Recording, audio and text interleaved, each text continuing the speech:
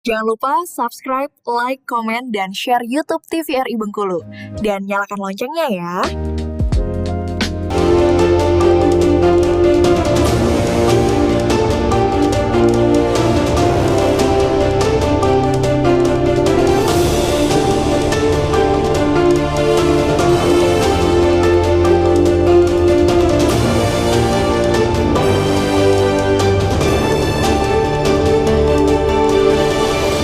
Baik, terima kasih pemirsa, masih di Berndo TVRI Bengkulu tentunya, dan masih bersama saya Khairul Fahmi. Kita masih membincang tentang tema kita, yaitu pencegahan penyalahgunaan narkotika, bersama dengan narasumber kita. Yang pertama ada Bang Nunce Marlanto, SKM MSI MKM selaku pembina Pupan Bengkulu, dan juga ada Zakia Salsabila selaku pemudi Pupan 2024.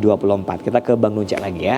Bang Nunce, ada tipsnya nggak sih buat seorang pecandu tentunya agar bisa terlepas dari narkoba itu sendiri?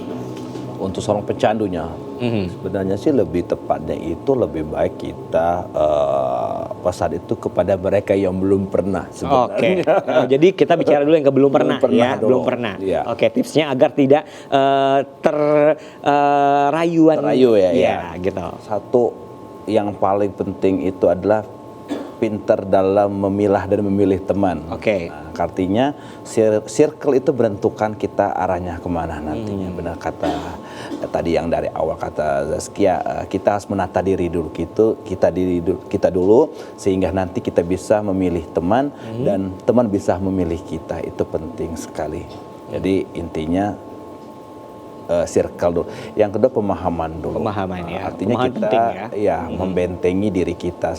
Salah satunya tadi yaitu iman dulu deh artinya. Nah, artinya ketika orang sudah beriman, apapun itu rayuannya, insya Allah itu tidak akan sampai terpengaruh. Yang ketiga itu pemahaman. Nah, kalau pemahaman kita sudah cukup kuat, artinya alasan apapun itu tidak akan pernah terjadi yang namanya penyalahgunaan narkoba itu sendiri. Oke, kalau tiga-tiganya belum ada gitu, berarti bakalan terkena rayuan nih ya kan? Aduh, jadi takut nih ya kan? Betul, Oke, betul. nah untuk Bang Nunce sendiri, nah kalau kita udah kecanduan nih Bang, seharusnya seperti apa yang harus kita lakukan? Apakah kita harus ngeblok, nutup untuk akses-akses yang mungkin menuju ke sana? Ataupun juga jangan sampai untuk bisa dapetin barang tersebut harus seperti apa sih Bang? Iya, mereka yang katakanlah yang sudah terlanjur tersandung penyalahgunaan narkoba, artinya yang pertama itu yang paling penting itu adalah mereka melaporkan diri ke bagian-bagian yang memang menjadi katakanlah stakeholder yang di bidangnya, salah satunya yang bersangkutan dengan narkotika, betul. Artinya salah satunya Badan Narkotika Nasional, itu termasuk di Provinsi Bengkulu. Yang kedua, dia mengikuti rehabilitasi. Nah, rehabilitasi ini artinya dia akan menjalani serangkaian program-program yang harus dia lakukan dan dia lalui juga dalam pada saat dia rehabilitasi. Ada jaminan tidak Bang untuk setelah mengikuti rehabilitasi ini sendiri kita itu terlepas dari yang namanya narkotika? Ya, kalau jaminan itu pasti tidak ada, karena itu kembali lagi ke pribadinya. Oke. Nah, yang ketiga itu bagaimana nanti setelah dia selesai dari rehabilitasi, ini adanya dukungan dari keluarga dan lingkungan. Nah, ini penting sekali. Seperti kata Bang Fahmi tadi, bagaimana atau kita blok aja? Iya, betul. Jangan sampai, ya itu salah satunya. Artinya ketika dia akan memisahkan diri atau menjauhi dari circle-nya terdahulu, artinya dia akan butuh circle yang normal.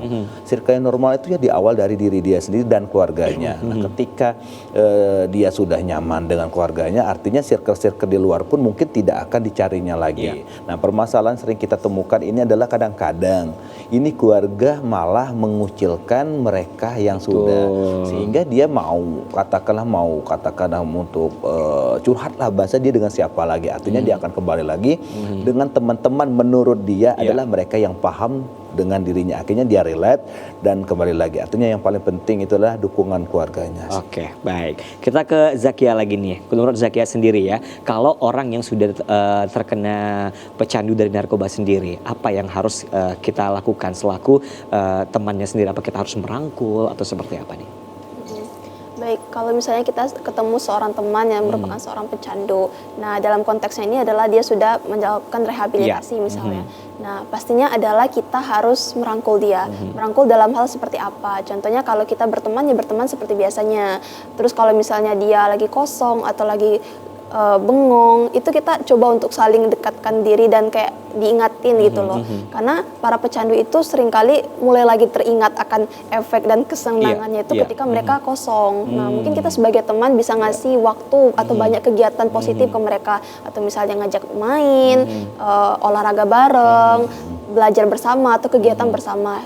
Intinya kegiatan positif. Karena menurut saya sebagai seorang teman, mungkin itu yang bisa kita lakukan dalam bentuk mendukung dia menjadi pribadi yang lebih baik lagi dan menjadi pribadi yang normal. Oke, tapi kan kalau semisalnya nih ada orang yang mungkin tidak sepemikiran dengan Zakia, kalau ketakutan mereka, wah nggak mau lagi temenan sama dia, takutnya nanti akan diajak oleh dia untuk ikut-ikutan menggunakan narkotika. Nah itu seperti apa? Apa yang harus kita lakukan? Apa kita harus mengedukasi teman tersebut yang tidak sepemikiran dengan kita atau seperti apa nih Zakia? Oke, jadi menurut saya benar yang harus kita lakukan adalah edukasi. Nah, tapi edukasi di sini bukan edukasi seperti guru atau dosen itu, tapi kita edukasi bukan mengajari ya. Bukan mengajari. Kita lebih kasih pemahaman bahwa ya pada akhirnya manusia itu memang pernah melakukan kesalahan, tapi nggak bisa dipungkiri kalau manusia juga perlu lagi untuk bisa belajar lagi dan kita saling memaafkan. Nah, dalam hal ini alangkah bijaknya kalau kita sebagai seorang teman itu bisa mengerti bahwa ya memang dia seorang pecandu, dia pernah di posisi itu, tapi akan egois kalau kita mencap dia seumur hidup dia seorang pecandu. Karena pada akhirnya dia butuh hidup, dia butuh untuk terus melanjutkan kehidupannya.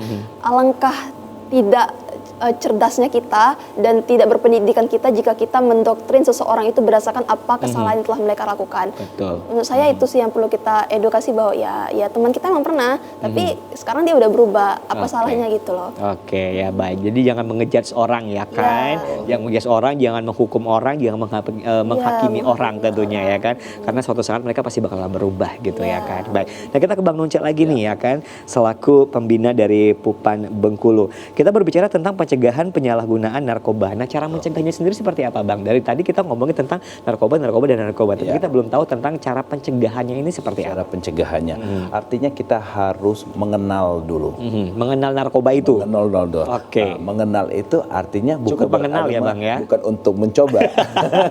Cukup mengenal ya, kita garis bawahi ya. Harus mengenal. Oke. Mengenal itu artinya tahu jenisnya itu apa. Efeknya itu apa. Itu yang paling penting. Dan artinya dengan tahunya jenis dan efek, kita tuh bisa memahami apa sih dampak positifnya dari bahan ini, apa sih dampak negatifnya. Nah mungkin seperti katakanlah yang paling gampang ini yang dinormalisasi kalau kita di masyarakat Indonesia itu yang nggak usahlah kita ke lebih jauh ke ganja atau sabu dan ekstasi, katakanlah dalam penggunaan tembakau atau rokok. Nah ini kalau di lingkungan anak muda itu menjadi normalisasi. Nah dia tidak mungkin pemahaman dia tentang rokok itu adalah tentang bagaimana dia diakui dalam circle pertemanan. Nggak merokok, nggak bergaul, akhirnya lu bukan circle kita. Ini yang teman gue nih. Bukan teman gue lo ya.